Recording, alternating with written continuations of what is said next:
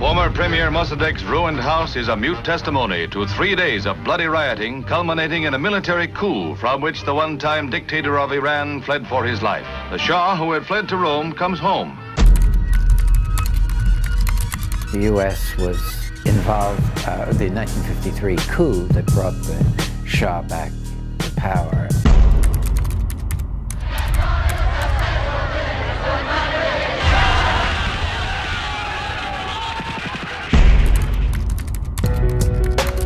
He made a very strong point of correcting any reference to the Iranian Revolution.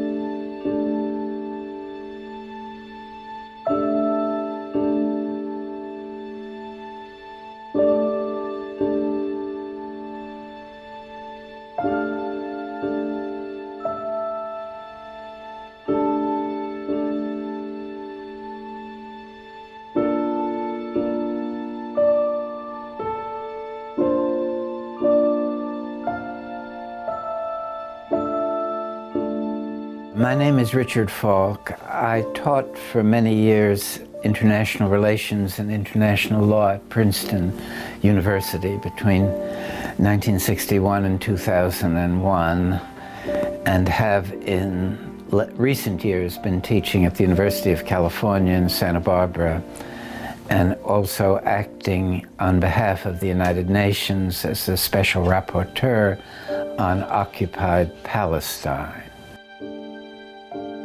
Over the years, I've been particularly interested in problems associated with the Middle East, and I became concerned about the situation in Iran at the end of the Vietnam War, because in the early 1970s, it appeared to me that the next country that the United States would have difficulties in was Iran, because there was a very large military presence, there was the CIA connection with the embassy, and there seemed to me to be a rising atmosphere or rising mood of discontent with the Shah's government.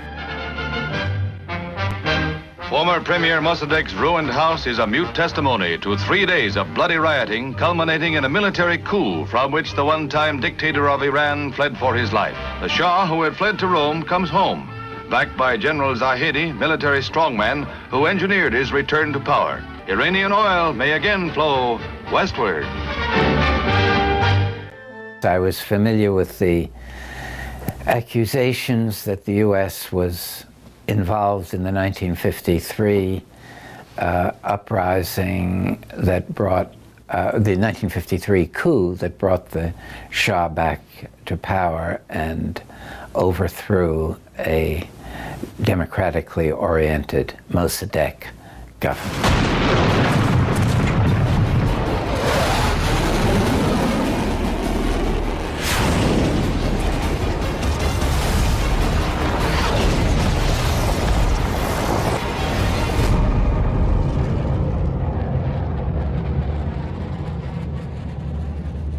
I had opposed American policy in Vietnam for some years and had twice visited North Vietnam during the war and met with the North Vietnamese leaders, and became convinced that military intervention under the auspices of the United States was both very devastating for the target society that was intervened against, and very detrimental to the healthy development of American society.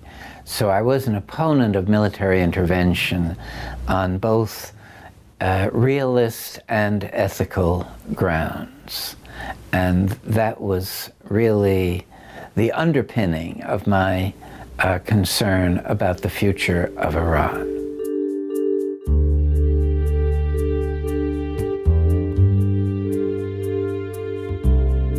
Before he came from Paris to Iran, actually it was the last day he was in Paris. And we met him for quite a long time, for maybe 2-3 hours. I was particularly struck by his grasp of some of the political dimensions of the situation. He was inquiring of us what we thought the American response would be. He seemed intelligently interested in whether there would be an attempt to resist the revolutionary process. He made a very strong point of correcting any reference to the Iranian Revolution. He wanted it described as the Islamic Revolution. And he seemed to take a position that was skeptical of nationalism and more receptive to the idea of an Islamic internationalism. He also spoke very critically about the Saudi government and the idea of a dynastic royal family governing a society. He said that he himself was looking forward, as he put it, to resuming the religious life and going back to Qom to live, that he had, again, as he put it, I think these are his exact words, he only entered politics because there was a river of blood between the state and the people.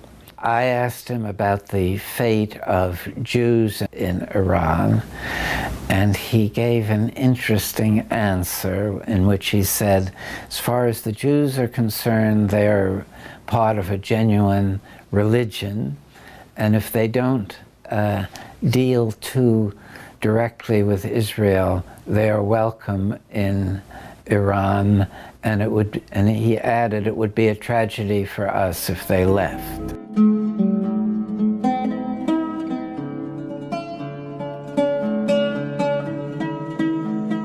I was asked when I returned by the New York Times to write an article for them on my experience of meeting Ayatollah Khomeini, and I did that, and they gave a very provocative headline to my article, which they never showed me, which read, "Trusting Khomeini." And I got many death threats and other very hostile responses mostly because of the headline. The article itself was pretty cautious about saying that one couldn't tell what was going to happen, that in this period that it was unclear whether this kind of very unexpectedly quick revolution could transform itself into a democratic governing process. Persia, at the turn of the century, a poor agricultural country, rich only in legend and undeveloped natural... Well, before the revolution, Iran was perceived by the American political leadership as a very important strategic ally. It was important because it provided a base for surveillance directed at the Soviet Union. It was important because it did certain political things that were not feasible for the United States to do directly. For instance, it provided Israel with oil, and it provided South Africa, I believe, with oil. It was generally seen as a very reliable ally, and the Shah was seen as the closest thing the U.S. had to a real friend in the region. Kissinger made the famous statement that the Shah of Iran was the rarest of things an unconditional ally.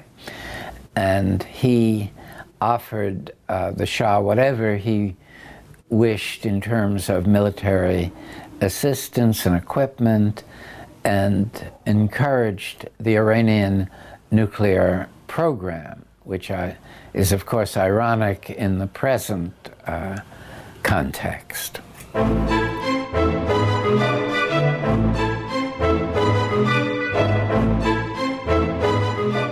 The Shah's own memoir is rather ambivalent about the relationship to the United States. On the one hand, he thinks that he antagonized the U.S. through the oil policy.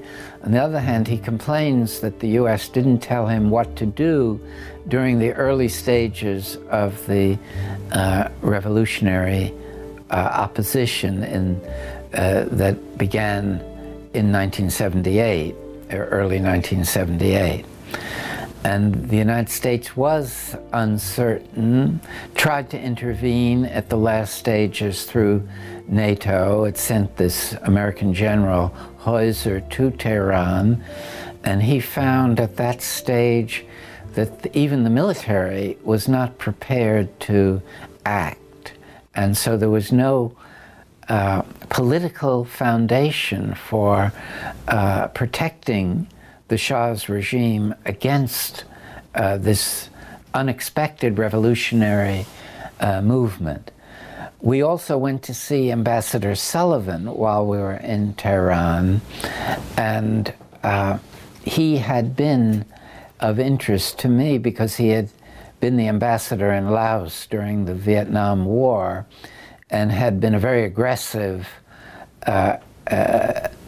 diplomat, using the embassy to target parts of Laos. And his appointment to Iran was itself a signal that the U.S. thought Iran was dangerous from the point of view of some future challenge to the Shah. And I had actually testified against his confirmation as ambassador in the United States Senate before the Senate Foreign Relations Committee.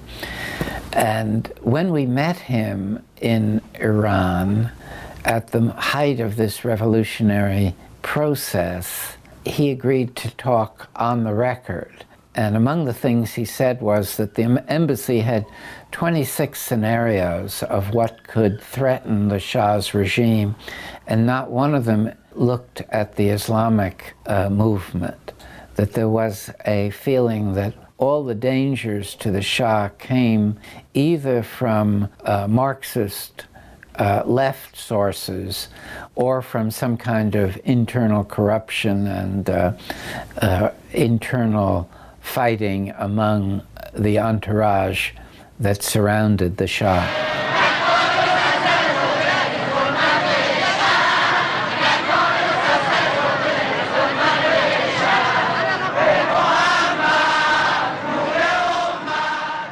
They thought that the Islamic movement was anti-communist and therefore on the Western American side.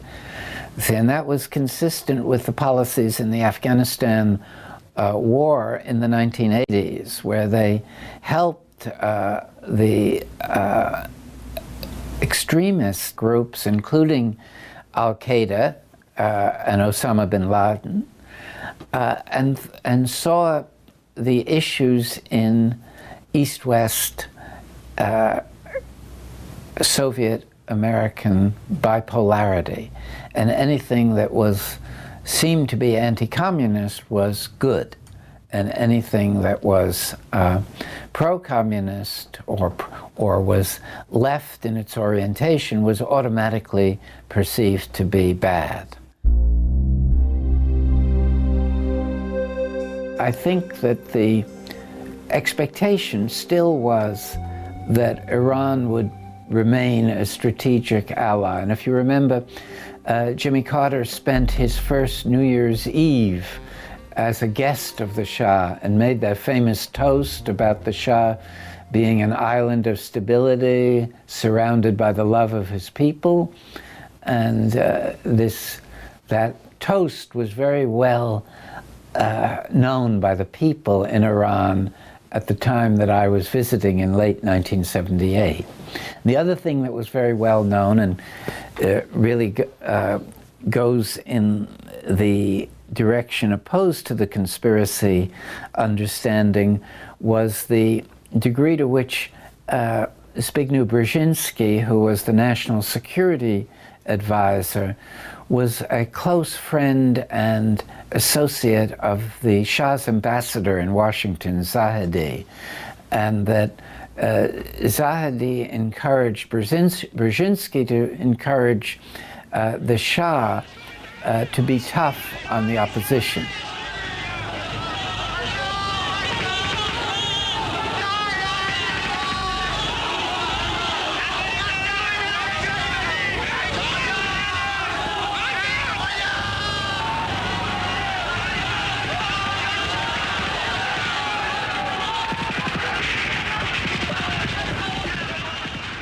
The very bloody encounter in Jaleh Square was the time when, it was 1978, during the Camp David talks between Israel and Palestine, that Carter was heavily involved with. And the only time they interrupted the talks was to call to congratulate the Shah on the bloody encounter on so-called Bloody Friday, I think it's sometimes referred to, where the entries to the square were blocked and the Shah's military used machine gun fire to shoot unarmed demonstrators.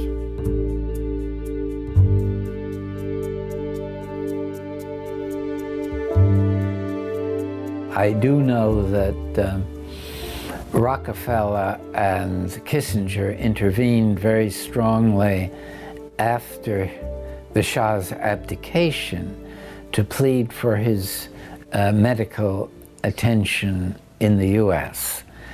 And there is a great deal of suspicion that they did that not so much because of their love for the Shah, but because they thought it would his admission to the U.S.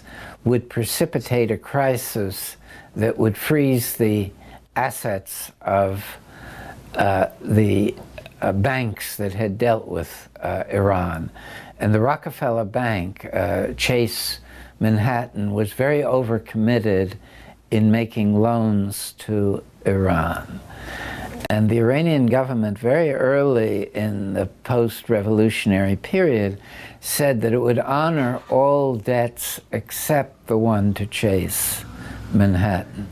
So they had a very strong interest in provoking a crisis with the United States. And in the eventual settlement, when the hostages were released, the banks were the first to receive reimbursement for their claims. And they not only were paid what the debt was, but they had received interest payments between the time of the revolution and this release of the hostages. So they had a kind of windfall profit in addition to what they were owed. So it worked out very well for the Rockefeller-Kissinger interests. And interestingly, and adding to the conspiracy view, as soon as the deal was made that released the hostages and paid off the banks, Kissinger and Rockefeller completely dropped the Shah. They had no future dealing with him, as far as I know. See, the Chase Manhattan Bank was the only one that had trouble. All the other banks had, because the new government was being run economically by some actually Stanford economists who wanted to make smooth relations with the European and North American economies. And so they gave assurances that all the obligations of the Shah's period would be respected, and they made an exception because of the closeness of chase to Iran.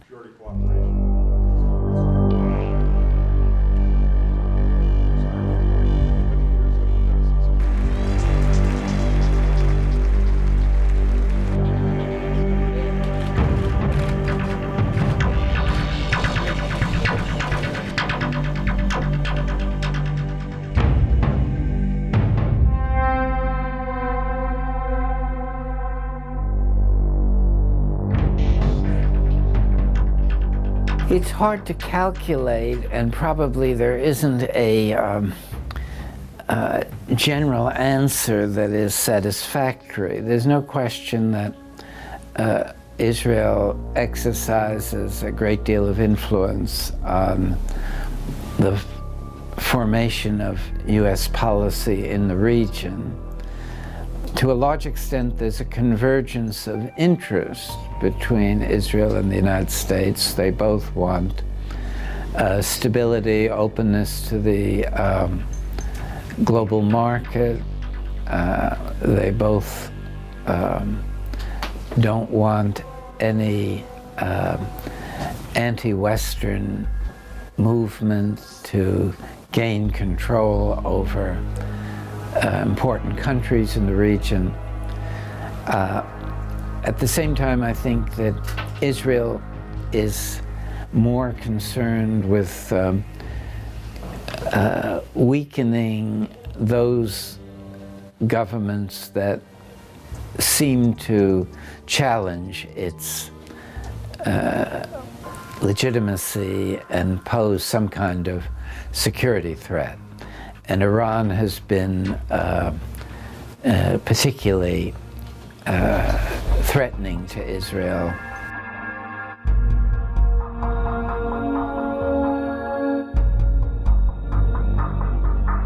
My crystal ball is quite cloudy today, and I think people like myself have very limited understanding of the way in which this complex of forces will work out. I think one can say that there are a lot of reasons to believe that this government in Iran will be increasingly challenged from below periodically. At the same time, it's shown a considerable capacity to survive and to adjust to challenges directed at it. The hostility of Israel and, to some degree, elements in the United States seem at this stage unlikely to produce a military intervention, but it's hard to know how the future will unfold. And if indeed Israel believes or wants the West to believe that Iran has nuclear weapons, it could very well lead to a military confrontation, which would have very serious regional and global impacts. And so I think we have to say that even though the recent developments suggest a fairly stable period in the near future, there are many uncertainties that make it hard to predict the future.